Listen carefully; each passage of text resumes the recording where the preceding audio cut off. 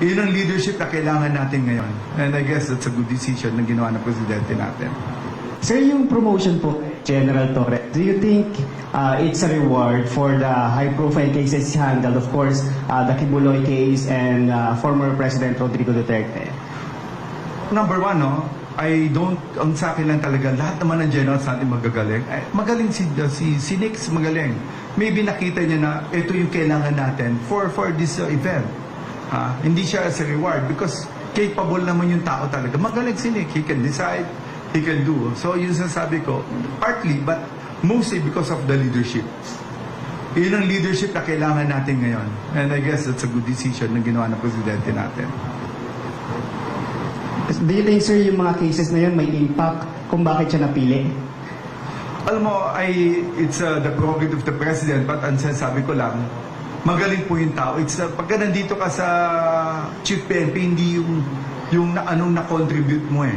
How you will lead the big organization. And I guess it's one factor na nakita ng presidente natin na General Torre can lead the Philippine National Police, the 232,000 Philippine National Police.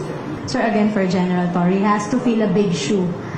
Kasi kayo ngayang magiging predecessor. So ano po bilin nyo sa kanya? Dahil nga ang dami niyang kakaharapin ngayon na siya na ang mamumuno sa PNP. No, number one, no, with Nick Torre, no, ayun ang sinasabi ko. Wala na siya doon kasi sabi ko nga, yung ayoko mag-iwan ng mas malaking problema. So, konti lang yung problema ni Nick, yung incoming. Kasi sabi ko, yung problema ko dapat yung next sa Chief PNP, dapat hindi na yung the same problem that I have right now. Kaya kinuha ko yung lahat ng problema ng within the organization. Yung internal, yung processing. Hindi, of course, hindi nyo nakikita. Kaya si Nick will be half a different. Mas lighter yung magiging problema niya kaysa naging problema ko ngayon. Believe me, mas madala. Mas ayos policies namin, mas ayos sistema namin, mas ayos namin how we handle yung mga tao may cases.